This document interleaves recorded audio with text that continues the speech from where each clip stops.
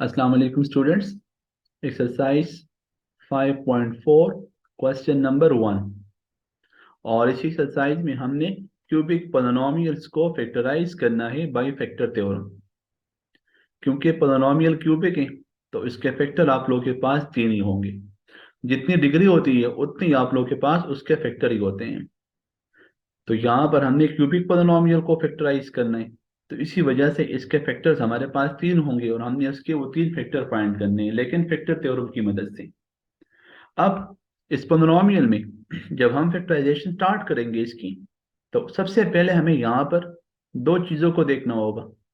Number one, constant term, and number two, leading coefficient.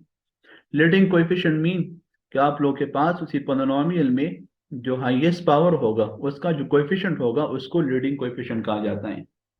तो हमें यहाँ पर कांस्टेंट टर्म और लीडिंग कोएफिशिएंट्स के वो पॉसिबल फैक्टर लिखने होंगे। पहला काम आप लोगों के पास ये होना चाहिए।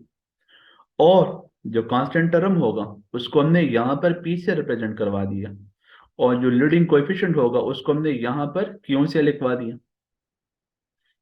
पी और क्यू कोई शर्त नहीं है, लेकिन यहाँ पर हमने एक को पी का नाम दिया, दूसरों को हमने क्यू का नाम दे दिया, सिंपल।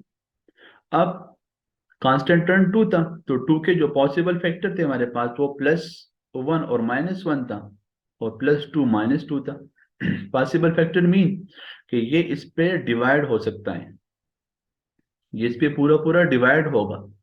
ये 2 1 पे भी डिवाइड हो सकता है, तो -1 पे भी डिवाइड हो सकता है, इसी तरह 2 पे तो -2 पे भी।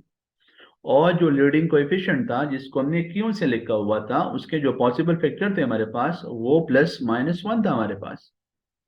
अब ये हमारे पास जो फैक्टर्स है ये तो कांस्टेंट टर्म के ही, और ये फैक्टर्स हमारे पास उस लीडिंग कोएफिशिएंट के हैं। हमने तो फैक्टर फाइंड करने हैं यहाँ पर इस पोलिनोमियल के। तो इस पोलिनोमियल के जो पॉसिबल फैक्टर्स होंगे वो आप लोगों के पास पी और क्यू फॉर्म में आ जाएंगे।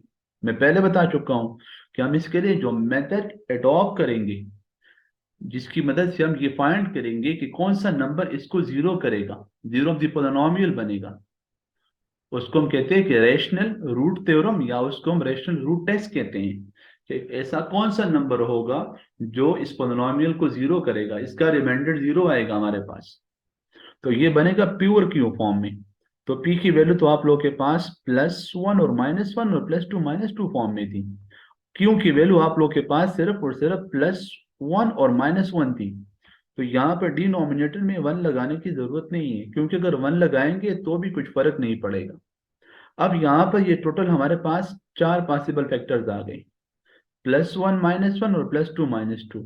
इनमें से हमारे पास तीन ऐसे नंबर्स होंगे जो इस पोलिनोमियल को जीरो करेगा, जो इसके जीरो ऑफ द पोलिनोमियल बन जाएंगे, जो इसके रूट्स बन जाएंगे आप लोगों के पास। अब यहाँ पर जो मोस्ट इंपॉर्टेंट चीज है वो ये याद रखें कि आप इनमें से सिर्फ उन्हीं वैल्यू को पुट करें, कोशिश करें जो इसको जीरो करे, ताकि आप लोग के लिए सवाल को हल करना आसान बन जाए। सो नाउ अब हम 1 बाई 1 यहाँ पर वैल्यू पुट करेंगे। हम स्टार्ट कर लेते हैं, put x is equal to 1 in equation number 1। अब इक्वेशन नंबर 1 में हमने यहाँ पर 1 पुट कर दिया, तो ये बन जाएगा 1³ -2 इंटू 1² -1 + 2,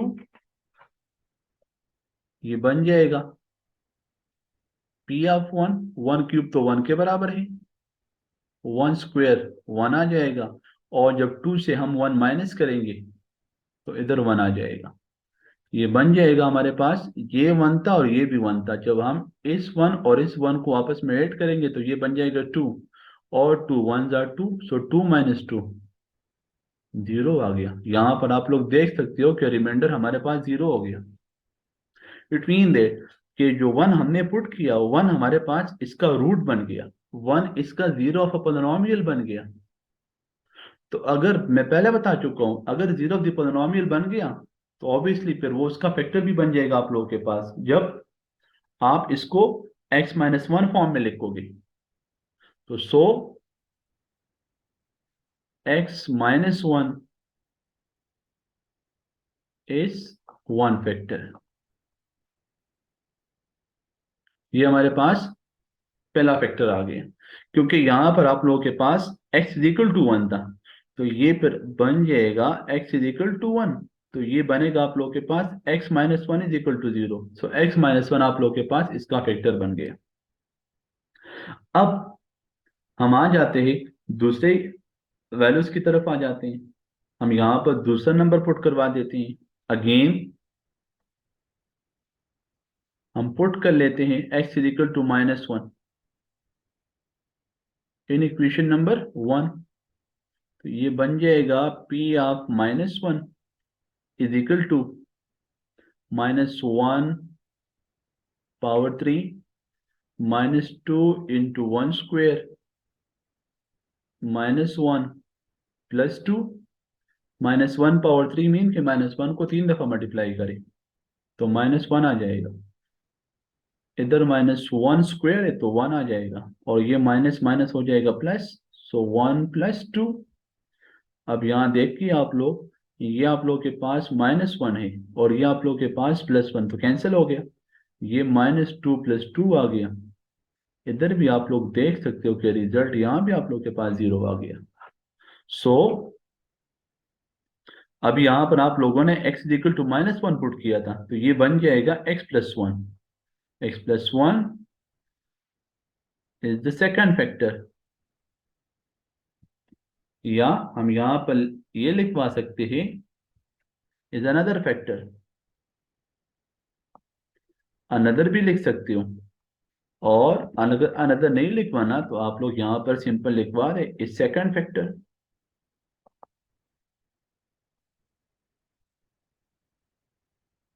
या x plus one is a factor जैसे आप लोग लिखो। दो फैक्टर हमारे पास फाइंड हो गए। अगेन हम एक और नंबर पुट करवा देते हैं। अब मैं यहां पर पुट कर रहा हूं again put x is equal to two in one. अब ये प्लस वन कैसे आ गया, तो ऑलरेडी मैं आप लोगों को बता चुका हूं कि आप लोगों ने यहाँ पर x की वैल्यू माइनस वन पुट की तो ये बन जाएगा x plus one is equal to zero. तो x प्लस वन आप लोगों के पास इसका बन गया फैक्टर। अब हम आ जाते हैं तीसरे की तरफ। So p of two two power three minus two into two square minus two plus two. Two और टू कैंसिल हो गया। टू पावर थ्री बराबर है हमारे पास एट के। सो ये बन जाएगा p of two is equal to ये एट आ जाएगा minus two into four. So eight minus eight बन जाएगा और eight minus eight result zero आ गया। यहां भी आप लोग के पास रिमाइंडर जीरो हो गया। तो सो अब यहां पर देखिए हमने यहां पर x की value put x is equal to two put किया हुआ है तो ये बन जाएगा x माइनस टू। सो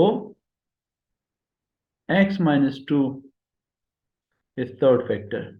ये तीसरा फैक्टर हो गया। अब हमें आगे और कोई नंबर पुट करवाने की जरूरत नहीं है क्योंकि हमने तीन फैक्टर फाइंड कर लिए। So this the factorised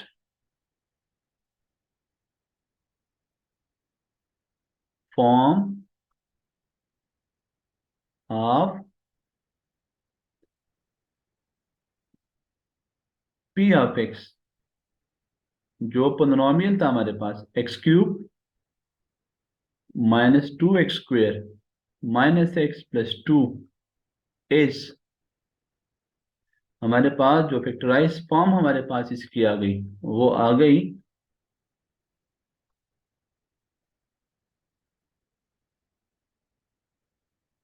the first factor. आप लोग देख सकते हो पहला फैक्टर आप लोगों के पास था x माइनस वन।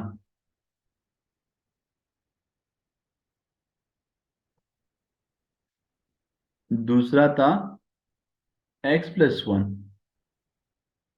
और तीसरा हमारे पास था x minus to. x minus to कैसे आया था, तो ऑलरेडी आप लोगों ने जब x की वैल्यू टू पुट की तो ये बन जाएगा x minus two is equal to zero. तो x माइनस टू फैक्टर बन गया। तो देखिए आप लोगों ने यहां पर एक क्यूबिक पोलिनोमियल को फैक्टराइज करने का तरीका सीख लिया फैक्टर थ्योरम की मदद से। तो ये वो मेथड आप लोगों को मैंने यहां पर करा दिया जो फिल्टर बुक में हमने डिस्कस किया था। इंशाल्लाह अगला सवाल जो होगा, नेक्स्ट जो क्वेश्चन होगा, उसको हम दूसरे मेथड से हल करेंगे ताकि आप लोग दोनों मेथड सीख जाओ। सो तब तक के लिए अल्लाह हाफिज।